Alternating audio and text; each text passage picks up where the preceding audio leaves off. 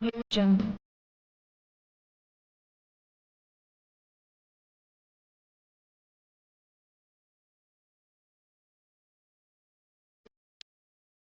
நண்பர்களே, இன்னைக்கு நம்ம சேனல்ல என்ன ரெசிபி செய்து பார்க்க போறோம்னா ரொம்பவே ஃபேமஸான ஒரு பிரியாணி ரெசிபி தான் இன்னைக்கு நான் உங்களுக்கு சமைச்சு காமிக்கலான்னு இருக்கேன். என்னன்னா, திண்டுக்கலுக்கு தலப்பாக்கட்டி எவ்வளோ ஃபேமஸோ, ஹைதராபாத்துக்கு ஹைதராபாதி தம் பிரியாணி எவ்வளோ ஃபேமஸோ, அதே போல கர்நாடகாவுக்கு தொன்னை பிரியாணி ரொம்பவே ஃபேமஸ். அந்த தொன்னை பிரியாணி தான் இன்னைக்கு நான் உங்களுக்கு சமைச்சு காமிக்கலான்னு இருக்கேன். அதுக்கு முன்னாடி நம்ம சேனலை நீங்க இது வரைக்கும் சப்ஸ்கிரைப் பண்ணாட்டி சப்ஸ்கிரைப் பண்ணிக்கோங்க. கூடவே இருக்கிற பெல் ஐக்கானையும் கிளிக் பண்ணிக்கோங்க. கடைசி வரைக்கும் இந்த வீடியோ நீங்க ஸ்கிப் பண்ணாம பாருங்க. பார்த்துட்டு கண்டிப்பா உங்க வீட்லயும் இதே மாதிரி சமைச்சு பாருங்க.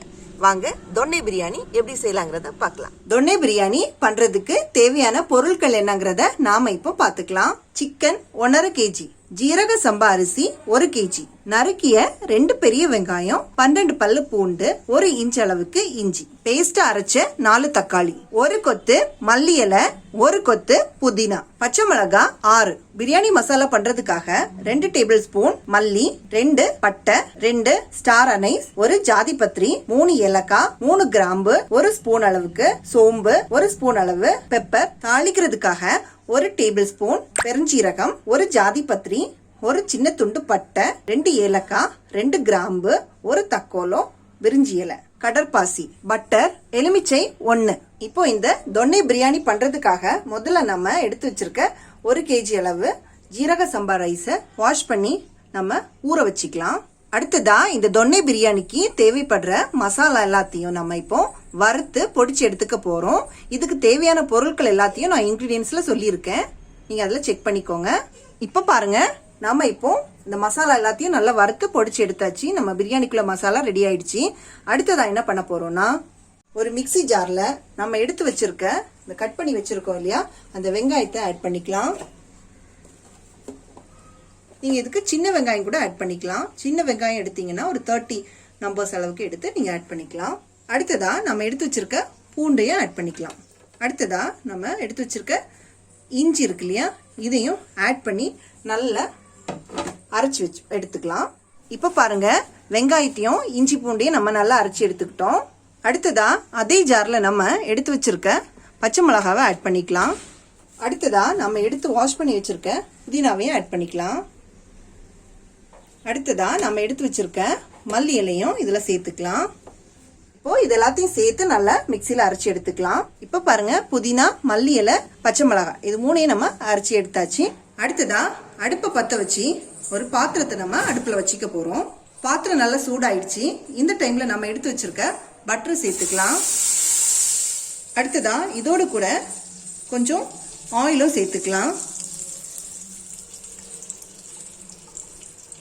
அடுத்ததா எண்ணெய் நல்லா காஞ்சிடுச்சு. இந்த டைம்ல நம்ம எடுத்து வச்சிருக்க அந்த கரம் மசாலா எல்லாம் சேர்த்துக்கலாம். பிரிஞ்சி இலை, பட்டை, ஏலக்காய், கிராம்பு, ஸ்டார் அனைஸ், ஜாதி பத்திரி எல்லாத்தையும் நம்ம இதில் சேர்த்துக்கலாம். இதில் நம்ம கடற்பாசி இதில் சேர்த்துருக்கேன். இது வந்து ஒரு ஃப்ளேவருக்காக நம்ம ஆட் பண்ணியிருக்கோம். இப்போ பாருங்க, இந்த மசாலா இதெல்லாம் இந்த பட்டர் கூடையும் இந்த ஆயில் கூடையும் நம்ம சேர்த்துக்கிட்டோம். இப்போ பாருங்க, இந்த மசாலா எல்லாம் நல்லா ஃப்ரை ஆயிடுச்சு. அடுத்ததா நாம வாஷ் பண்ணி எடுத்து வச்சிருக்க 1.5 kg சிக்கனை நான் இதில் ஆட் பண்ணிக்க போறேன்.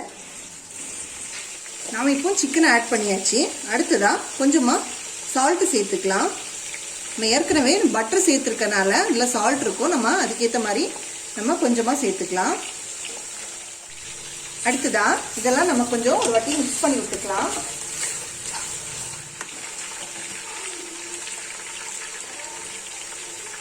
இப்போ பாருங்க, ஒரு வாட்டி நம்ம இதை கிளறி விட்டுக்கலாம்.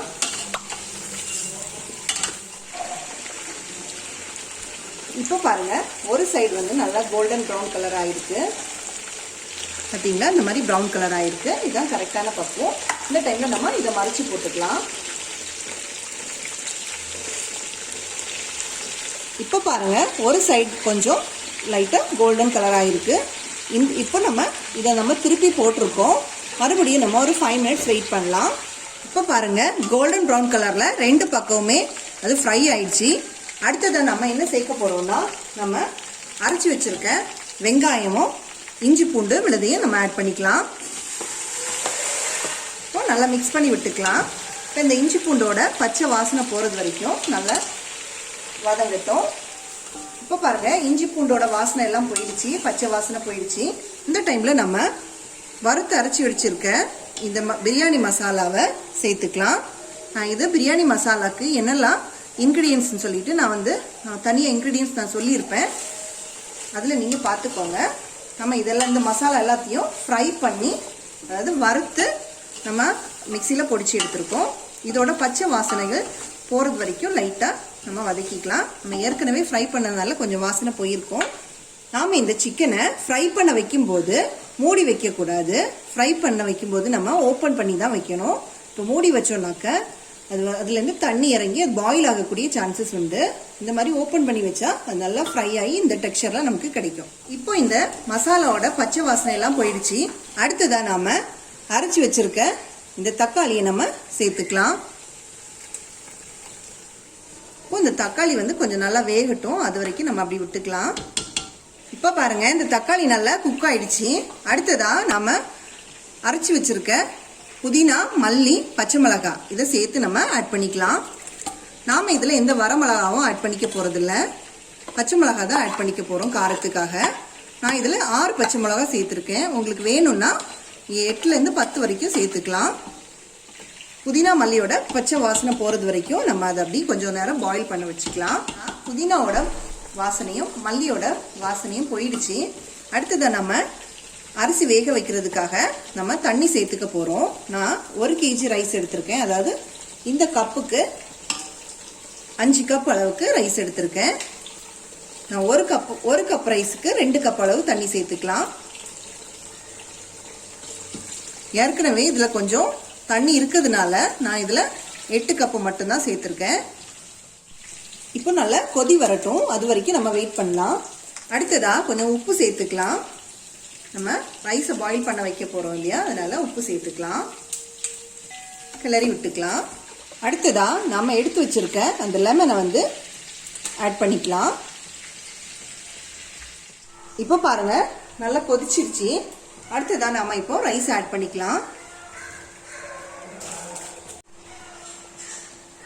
இப்போ நம்ம ரைஸ் ஆட் பண்ணிக்கிறோம். இப்போ ரைஸ் எல்லாம் சேர்த்தாச்சு. அடுத்ததாக நம்ம இப்போ ஒரு கிளறி விட்டுக்கலாம். இப்போ நம்ம இதை மூடி வச்சு ஒரு 5 மினிட்ஸ் வேக வச்சுக்கலாம். இப்போ பாருங்க, ஒரு கொதி வந்துடுச்சு. இந்த டைமில் நம்ம கிளறி விட்டுக்கலாம்.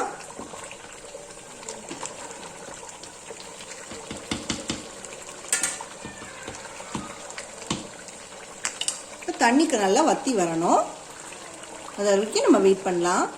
ஒரு 5 நிமிஷம் ஆயிடுச்சு. மறுபடியும் நம்ம இதை ஓப்பன் பண்ணி பார்த்துக்கலாம். இப்போ பாருங்க, தண்ணியெல்லாம் நல்லா வத்திடுச்சு. இந்த டைமில் நம்ம தம் போட்டுக்கலாம். நாம் இப்போ தம் போட்டுக்கிறதுக்காக ஒரு கடாயை அடுப்பில் வச்சுருக்கோம், இரும்பு கடாயை. அதுக்கு மேலே நம்ம இந்த பிரியாணி பாத்திரத்தை வச்சுக்கலாம். வச்சு தம் போட்டுக்கலாம். இப்போ நம்ம மூடி வச்சாச்சு. அடுத்ததாக அதுக்கு மேலே நம்ம ஒரு கனமான ஒரு கல்லை இந்த மாதிரி வச்சுருக்கேன் நான். நம்ம ஒரு 5 மினிட்ஸ் தம் போட வச்சுக்கலாம். இப்போ பாருங்கள், தம் போட்டு 5 நிமிஷம் ஆயிடுச்சு. இந்த கல் இப்போ சூடாக இருக்குது, இதை மாற்றி எடுத்துக்கலாம்.